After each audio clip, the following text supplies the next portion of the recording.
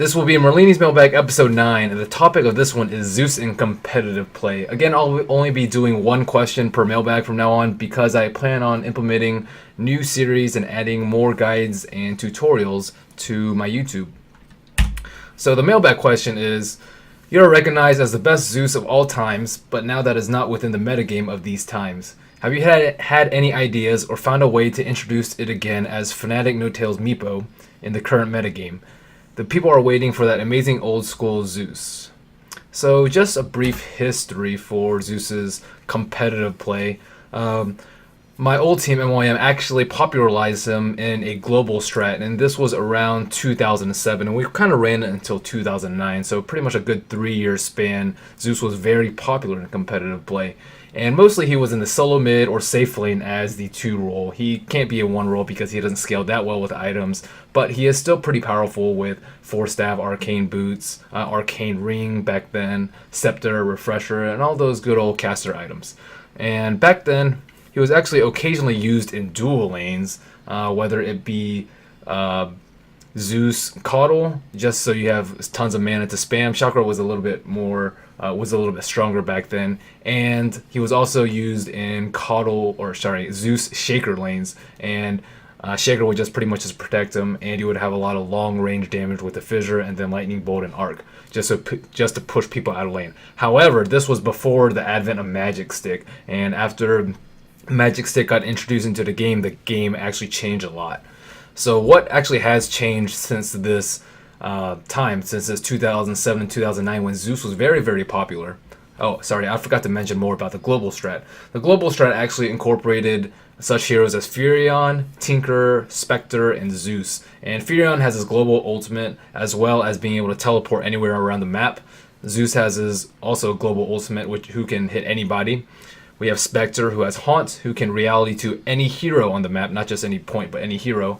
And we have Tinker, who would typically boost a travel in onto Furion's treants or just creeps, so that you could spam your very long-range missiles and, again, add to the global presence. And then after that, you have just complete map control. You can be almost anywhere at any time, and we use that strategy to great effect back in those days. So balance changes, I'm not going to go through them all, but pretty much just, they're all buffs. All these buffs from 6.70 to 6.77 there haven't been any nerfs. Damage increase, cooldown decrease, static field not affects creeps, cooldown decrease, damage increase, and he's just been buffed constantly, and he is traditionally seen as a very weak hero in pubs and in competitive play, and sometimes people don't even think he belongs in competitive, but I think he's a very strong hero. So why is Zeus so weak, and why do people hate him in competitive so much? I don't remember the last time I seen him besides the one time that Na'Vi randomed him accidentally, but they actually won with that. So why isn't he used? He's really weak in lane, and he's easily ganked because of no escape mechanism.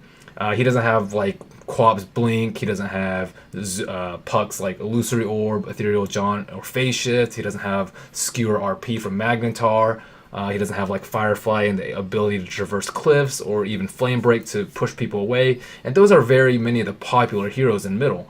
And Magnetar, Quap, Puck, Batrider, along with Nyx. Nyx has Spike Carapace, along with Vendetta and Impale. Like he's very easily ganked because of no escape mechanism. He's also weak in lane because he has very predictable damage. He can't reposition himself and like have a ninja skewer back the tower, or just like blink in your face and unload all these spells. He can't reposition himself very easily without a blink or 4-staff, and you usually know how much damage Zeus is going to do. He's also useless versus BKB rushdowns. This has become very, very common in competitive play. Like, let's say a Sven with BKB, God Strengths, and Storm Bolts you can't do anything about it. Same with Nakes, with Open Wounds and Rage, can't do anything about it. And Gyrocopter, if he like sends a missile or just like gets all up in your business with Flak and Call Down, can't do anything about it. And he lacks disables. That's most notably. He has a very short stun with his Lightning Bolt. But he just has a lot of magical damage. That's the only thing he offers, and a global ultimate. So why should you use him? he just throws Blink Dagger. This is actually a very, very big point. And back when Sand King was very popular back in the day, if you saw him epping, you could just immediately ultimate, and his epi would pretty much just be wasted because he can't blink in after that. But this is also very important if you have some sort of initiation, such as Bat Rider. Like, let's say a Bat Rider goes in, he lassos someone, forces him back, and then usually there's some sort of counter initiate, whether it be Magnus RP, that's probably the most common one. I saw Tidehunter pick today, maybe a counter Blink Ravage or anything like that. And the ability to disrupt Blink Dagger is actually very important in team fights. His damage scales well into late game, as few intelligence heroes do. His 3 of his spells are flat damage, but 1 of his spells, Static Field, is percent based. So the more HP opponents have, the more damage he does, which is actually very, very important. And I hear some Dota sounds playing in the background. He also has very long range spells, most notably his ultimate, which is global, and even his Arc Lightning can hit from very, very far away if you chain onto him, as well as a very long range Lightning Bolt spell. Oh my goodness, this is ridiculous. Very long range Lightning Bolt spell. So he has long range spells, so he can usually position himself in a way that he actually doesn't have to get into the fray, such as like Magnus RP, you have to be right in the middle of them, so you need a blink on Magnetar, or Quap, Scream of Pain, very short range, Waning Rift, very short AoE. And again, I've compared them to all those heroes because those are the very popular solo mid heroes in today's competitive play. Also, he has Massive Burst. The ability to take out one hero in a team fight is very, very important. This is why heroes like Bat Rider and Nyx are top tier, just because they have the ability to disable a target and kill them from 100% to 0. And the ability to take one or even multiple heroes out in a team fight can just totally turn the tide of a game. So what like hero comps can you run him against, and what can you not run him against? And I believe this was more the question that the guy originally asked. Why is he not popular? Nyx. Nyx is one of the most picked carries in today's game. Zeus can't do anything versus Nyx. His right click is fucking awful, and he can't do anything. His range is pretty terrible as well. So when Nyx just rages and goes on you or your teammate, he can't do anything. And unless you ban Nyx, I think that Zeus is just a very poor hero versus Nyx. Also Anti-Mage. Anti-Mage used to be pretty popular back in the Anti-Mage Furion split push business that some of the older players will remember. But Anti-Mage has a spell shield which reduces spell damage by I believe 50%. So Zeus will pretty much do half damage versus him, which is a very big deal. And the ability, he has Massive Burst, but not versus Anti-Mage. He's also not good versus Bat Rider. He may be good in the fact that, oh, Bat Rider is like decent in lane, he can give him a lot of magic stick charges, but come team fights potential, like Bat will just blink on him, force him in, and then what can he do? Zeus will probably just be able to get his ultimate off, but you don't want to immediately start the fight off 4v5 because Zeus doesn't have any escape mechanisms, and he can't do anything versus like a Bat Rider who just chooses to initiate on him, which probably will happen most of the time in 5v5s. Bat just goes for very weak heroes that are slightly out of position, and Zeus kind of has to be close to like Lightning Bolt, but it's still very easy target for Bat to pick off.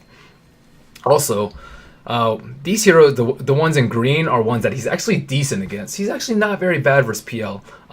PL does have the innate magic resistance from his ultimate, but his Lightning Bolt means that it's very difficult for him to run away in the early mid game. Like if you bolt one of the PLs, you can tell if it's fake right away just by the damage, and if it's real, even if he doppel walks, you can still see him. And same with Weaver. Weaver has actually seen a big rise in competitive play lately, but Shikuchi's on a 6-second cooldown, and unless you buy massive amounts of sentries or dust, which you can time lapse out of, you aren't going to be able to see him. But with Zeus Ultimate, it gives True Sight around each of the targets, and Zeus Lightning Bolt also gives vision, True Sight around the target that you casted it on. So Weaver will have a very hard time moving around the fight unhindered with that True Sight ability. He actually works very well in combination with Nyx, because Nyx has the potential to pretty much kill someone in an Impale, Mana Burn, Vendetta combo, and along with Zeus, it'll just almost annihilate any hero if they are caught in that combo. Keeper of the Light is also very good with him, just because he provides an almost unlimited amount of mana, and Zeus is a very mana-intensive hero if you've ever played him. Also, going back to MYM's global strategy, you can also always run him in a Furion Spectre Tinker. And Last but not least, there is Wisp, and he is like sort of the global presence that we see that is very common in the European play now. So you just relocate with Wisp +1, whoever it may be, usually CK, but it can also be a Tiny, a Sven, an Ursa, any one of those heroes. So in that aspect, he's very nice to have with Zeus on your team because, again, that global presence is very, very strong and threatening and controls the map very well. However, Zeus is not very good against Wisp in the fact that he's easily ganked. If you just TP on a Zeus can't do anything about it.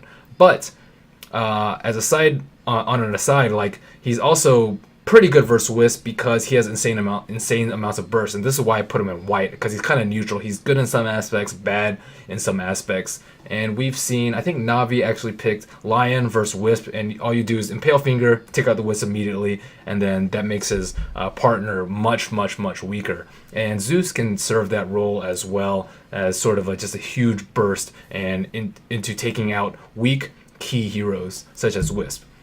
So I haven't actually seen any new and novel strats that Zeus can be implemented in, but I'm always experimenting and trying new stuff out. But these are the very common heroes that are seen in competitive play. Maybe not Anti-Mage so much, but I think all these other ones are pretty common. Not Spectre either, but we have seen Spectre run by Dignitas lately, so I hope to see him more in competitive play. He has a very high win rate in pubs, and a very, I don't think it's very high in competitive play, but the sample size is so small that we don't even know. I still think there's a lot of unexplored territory with Zeus, and people should try him out a little bit more.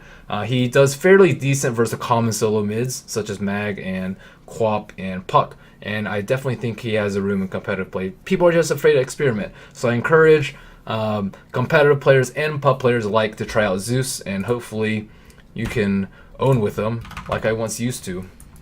And actually, I'm still okay with him now. But play Zeus. He's awesome. I hope to see him competitive play. He usually makes for very exciting games because you can't really farm fest with him that much. And he's just absurdly good early mid game, especially once he hits level 7.